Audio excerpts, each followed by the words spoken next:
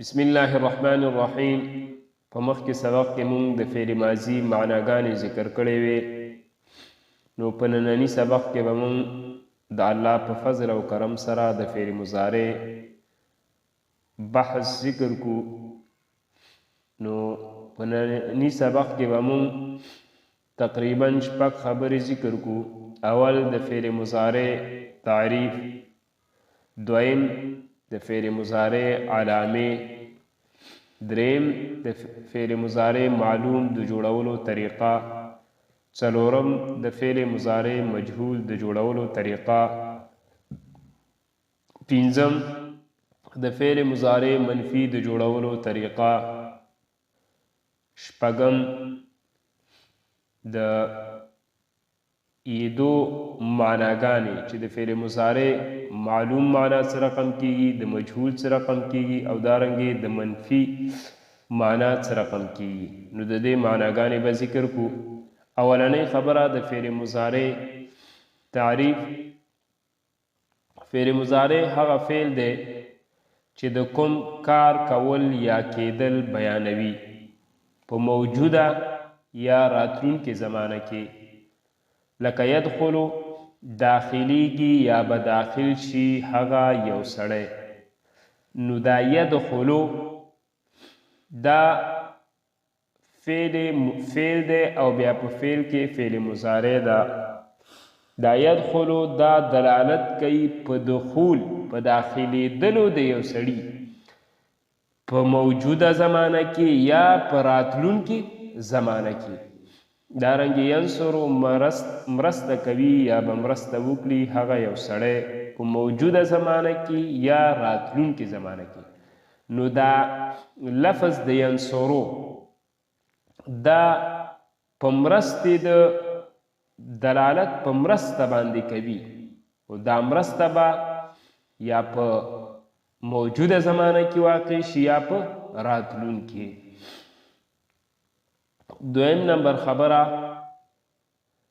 د فعل مضارع علامه.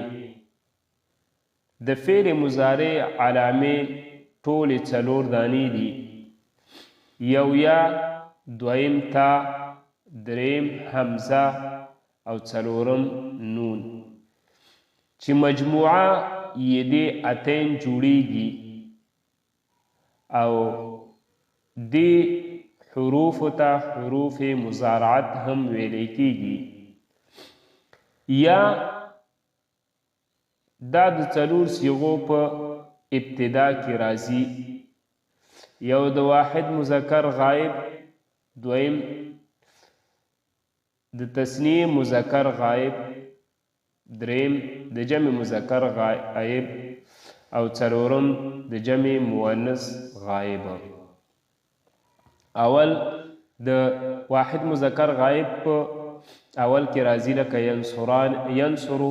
دویم د تثنیه مذکر غائب په اول کې راځي لکه ینصران.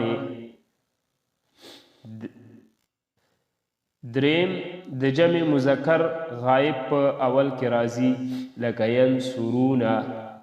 څلورم د جمع مؤنث غائب په اول کې راځي لکه ینصرنا. دویمه علامه د مضارع ده تا. دا لفظ تا په اته صیغو کې راځي، چې یو د واحد مؤنث غائب صیغه ده، دویم د تثنیه مؤنث غائب، او د حاضر په شپږو صیغو کې تا راځي. اول د واحد مؤنث غائب صیغه لکه تنصرو، د دې په دې اول کې تا ده. دارنګې د تثنیه مؤنث غائب په اول کې هم تا راځي تنصرانې. دریمه صیغه ده د واحد مذکر حاضر په صیغه کې هم تا راځي لکه تنصرو. دارنګې د تثنیه مذکر حاضر په اول کې هم راځي لکه تنصرانې. دارنګې د جمع مذکر حاضر په اول کې هم تا راځي لکه تنصرون. دارنګې د واحد مؤنث حاضر پاول کې هم تا راځي لکه تنصرینا. دارنګې د تثنیه مؤنث حاضر پاول کې هم تا راځي لکه تنصرانې. دارنګې د جمع مؤنث حاضر پاول کې هم تا راځي لکه تنصرنا. نو د اته صیغو په اول کې تا راځي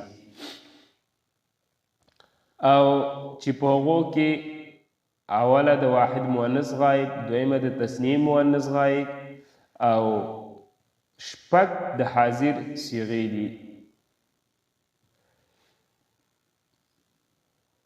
او حمزه دا یوازې د واحد متکلم په ابتدا کې په اول کې راځي لکه انصرو. او نون دا یوازې د جمع متکلم په اول کې راځي لکه ننصرو. په دې ننصرو کې دا اولنی نون دا علامه د مضارعت ده. دریم نمبر خبره د فعل مضارع معلوم د جوړولو طریقه. د فعل مضارع په پیل کې د مضارع علامه راوړلو سره فعل مضارع جوړیږي. د پنځه صیغو په آخر کې ضمه راځي چې هغه پنځه صیغې دا دي. یو واحد مذکر غایب لکه ینصرو. د دې ینصرو په آخره کې چې دا را ده په دې را باندې ضمه راغلی ده. دارنګې دویم د واحد مؤنث غایب په آخر صیغه کې هم ضمه راځي لکه تنصرو. دریم د واحد مذکر حاضر په آخر کې هم ضمه راځي لکه تنصرو. څلورم د واحد متکلم آخر کې هم ضمه راځي لکه انصرو. پنځم د جمع متکلم په آخر کې هم ضمه راځي لکه ننصرو.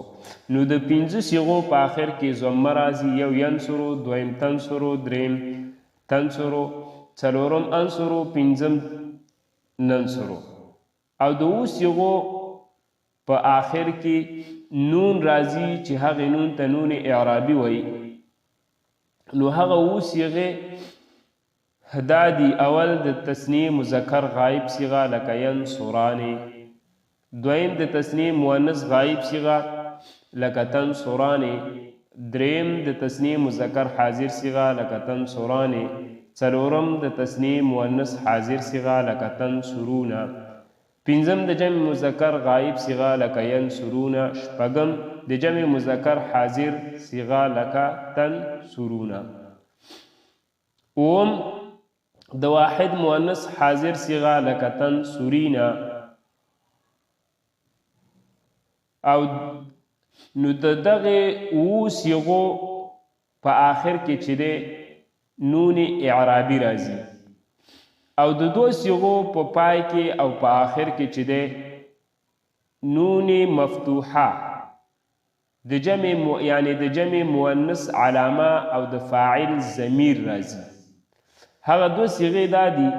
یو د جمع مؤنث غایب صیغه لکه ینصرنا. دویم د جمع مؤنث حاضر صیغه لکه تنصرنا.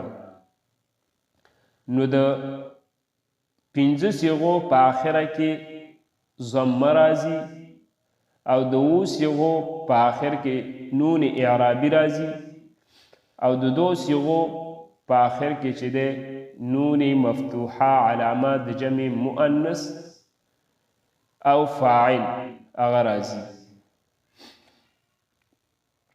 څلورم نمبر خبر د فعل مضارع مجهول د جوړولو طریقه. فعل مضارع مجهول دا د فعل مضارع معلوم متعدی څخه جوړیږي. د جوړولو طریقه داسې ده چې علامې د مضارعت ته به ضمه ورکړلی شي او د وروستني حرف نه چې کوم مخکې حرف دی هغې حرف باندې که فتحه نه وه نو هغې ته به حرکت د فتحې ورکړلی شي او د دې نه علاوه چې باقي څومره حروف دي هغه به په خپل حال باندې پرېښودلی شي.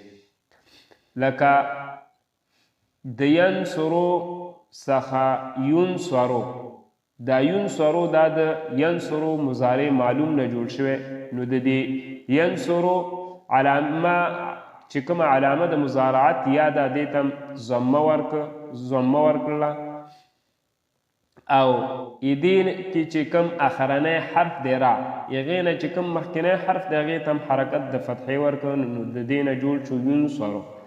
دارنګې یجتنبو څخه یجتنبو دا یجتنبو دا د یجتنبو نه جوړیږي نو اولنی حرف یعنی علامې د مضارع ته ضمه ورکړله او د دې آخرني حرف نه ماقبل مخکې چې کوم حرف دی هغه ته حرکت د فتحې ورکړه نو د دې نه جوړ شو یجتنبو مضارع مجهول.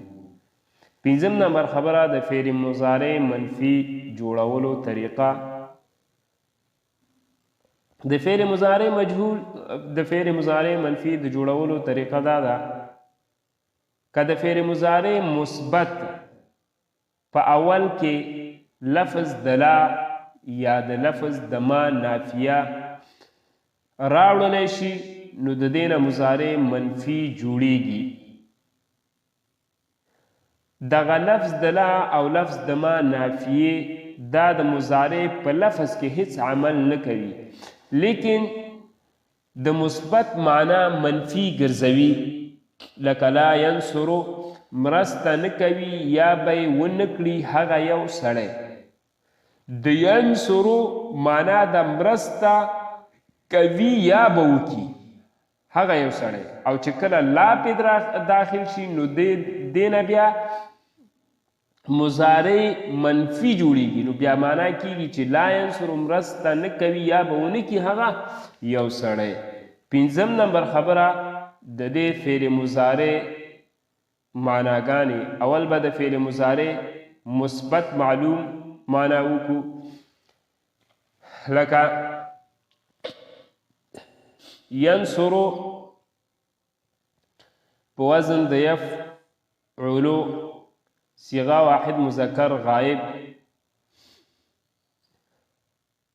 معنا یې د مرسته کوي یا به وکي هغه یو سړی. دویم ینصرانې دا صیغه د تثنیه مذکر غایب د معنا یې د مرسته کوي یا به یې وکړي هغه دو سړي. ینصرونه په وزن د یفعلونه صیغه د جمع مذکر غایب معنا یې د مرسته کوي یا به یې وکړي هغه ټول سړي. تنصرو په وزن د تفعلو صیغه واحد مؤنث غایب مرسته کوي معنا یې د مرسته کوي یا به یې وکړي هغه یوه ښځه.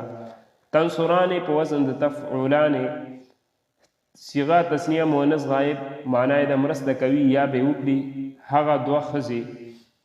ینصرنا په وزن د یفعلنا صیغه جمع مؤنث غایب معنا یې د مرسته کوي یا به یې وکړي هغه ټولې ښځې. تنصرو په وزن د تفعلو صیغه واحد مذکر حاضر معنا مرسته کوي یا به یې وکړي مرسته کوي یا به یې وکړي ته یو سړی. تنصرانې په وزن د تفعلانې صیغه تثنیه مذکر حاضر معنا یې د مرسته کوي یا به یې وکړي معنا یې د مرسته کوي یا به یې وکړئ تاسو دوه سړي. تنصرونه په وزن د تفعلونه صیغه جمع مذکر حاضر معنا یې د مرسته کوي یا به یې وکړئ تاسو ټول سړي. تنصرینه په وزن د تفعلینا صیغه واحد مؤنث حاضر معنا مرسته کوي یا به یې وکړي ته یوه ښځه. تنصرانې په وزن د تفعلانې صیغه تثنیه مؤنث حاضر معنا مرسته کوي یا به یې وکړي تاسو دوه ښځې.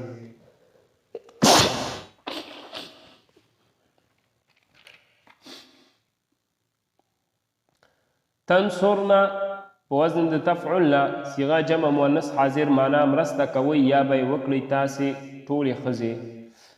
انصرو په وزن د افعلو صیغه واحد مذکر او مؤنث متکلم معنا مرسته کوم یا به یې وکړم زه یو سړی یا یوه ښځه. ننصرو په وزن د نفعلو صیغه تثنیه جمع مذکر او مؤنث متکلم معنا مرسته کوو یا به یې وکړو مونږ دوه یا ډېر سړي یا مونږ دوه یا ډېرې ښځې.